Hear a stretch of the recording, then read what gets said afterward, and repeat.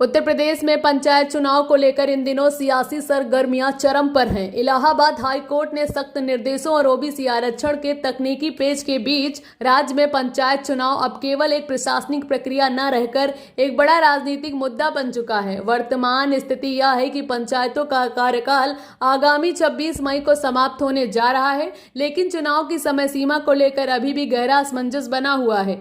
न्यायालय ने स्पष्ट किया कि बिना ओबीसी आरक्षण की स्थिति स्पष्ट किए चुनाव आयोजित नहीं कराए जा सकते, जिसके लिए राज्य सरकार को पिछड़ा वर्ग आयोग के गठन का निर्देश दिया गया था। हालांकि आयोग के गठन में हो रही देरी पर हाईकोर्ट ने कड़ा रुख अपनाते हुए प्रमुख सचिव पंचायती राज को व्यक्तिगत रूप से शपथ पत्र दाखिला कराने के लिए तलब किया।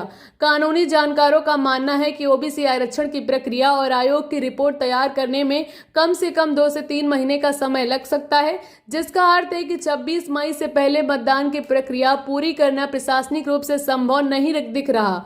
यह संभावित संवैधानिक संकट से निपटने के लिए सरकार अब वैकल्पिक रास्तों पर विचार कर रही है। सूत्रों के हवाले से खबर है कि कार्यालय समाप्त होने के बाद गांव में विकास कार्यों को सुचारू रखने के लिए प्रशासकों की नियुक्ति की जा सकती है। चर्चा यह भी है कि सरकार ग्राम प्रधानों को ही प्रशासक के रूप में कार्यभार सौंपने की योजना बना रही है, ताकि ग्रामीण स्तर पर विकास की गति न रुके।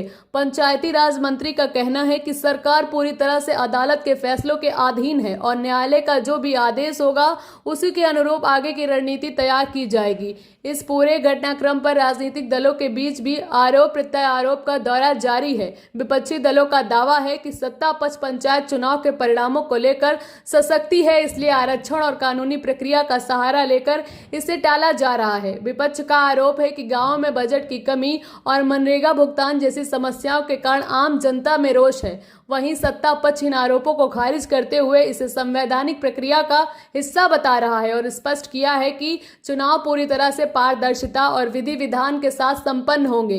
कुल मिलाकर पंचायत चुनाव उत्तर प्रदेश की भविष्य की राजनीति की दिशा तय करने वाला एक महत्वपूर्ण समीकरण बन गया है। चूंकि इन चुनावों के नतीजे 2027 के विधानसभा चुनाव के लिए एक आधार तैयार करेंगे, इसलिए सभी राजनीतिक दल फूंक फूंक कर कदम रखें और आगामी दिनों में हाईकोर्ट के फैसले और सरकार द्वारा कैबिनेट लिए जाने वाले निर्णयों पर सबकी निगाहें टिकी है, जिससे यह साफ होगा कि उत्तर प्रदेश की गांव की सरकार चुनाव के जरिए चुनी जाएगी या फिर समय के लिए प्रशासनिक अधिकारियों के हाथों में होगी। फिलहाल इस विशेष रिपोर्ट में इतना ही। देश दुनिया की तमाम बड़ी खबरों के लिए आप देखते रहिए GD न्यूज नेटवर्क। मुझे यानी अनुष्का शुक्ला को दीजिए इजाजत। नमस्कार।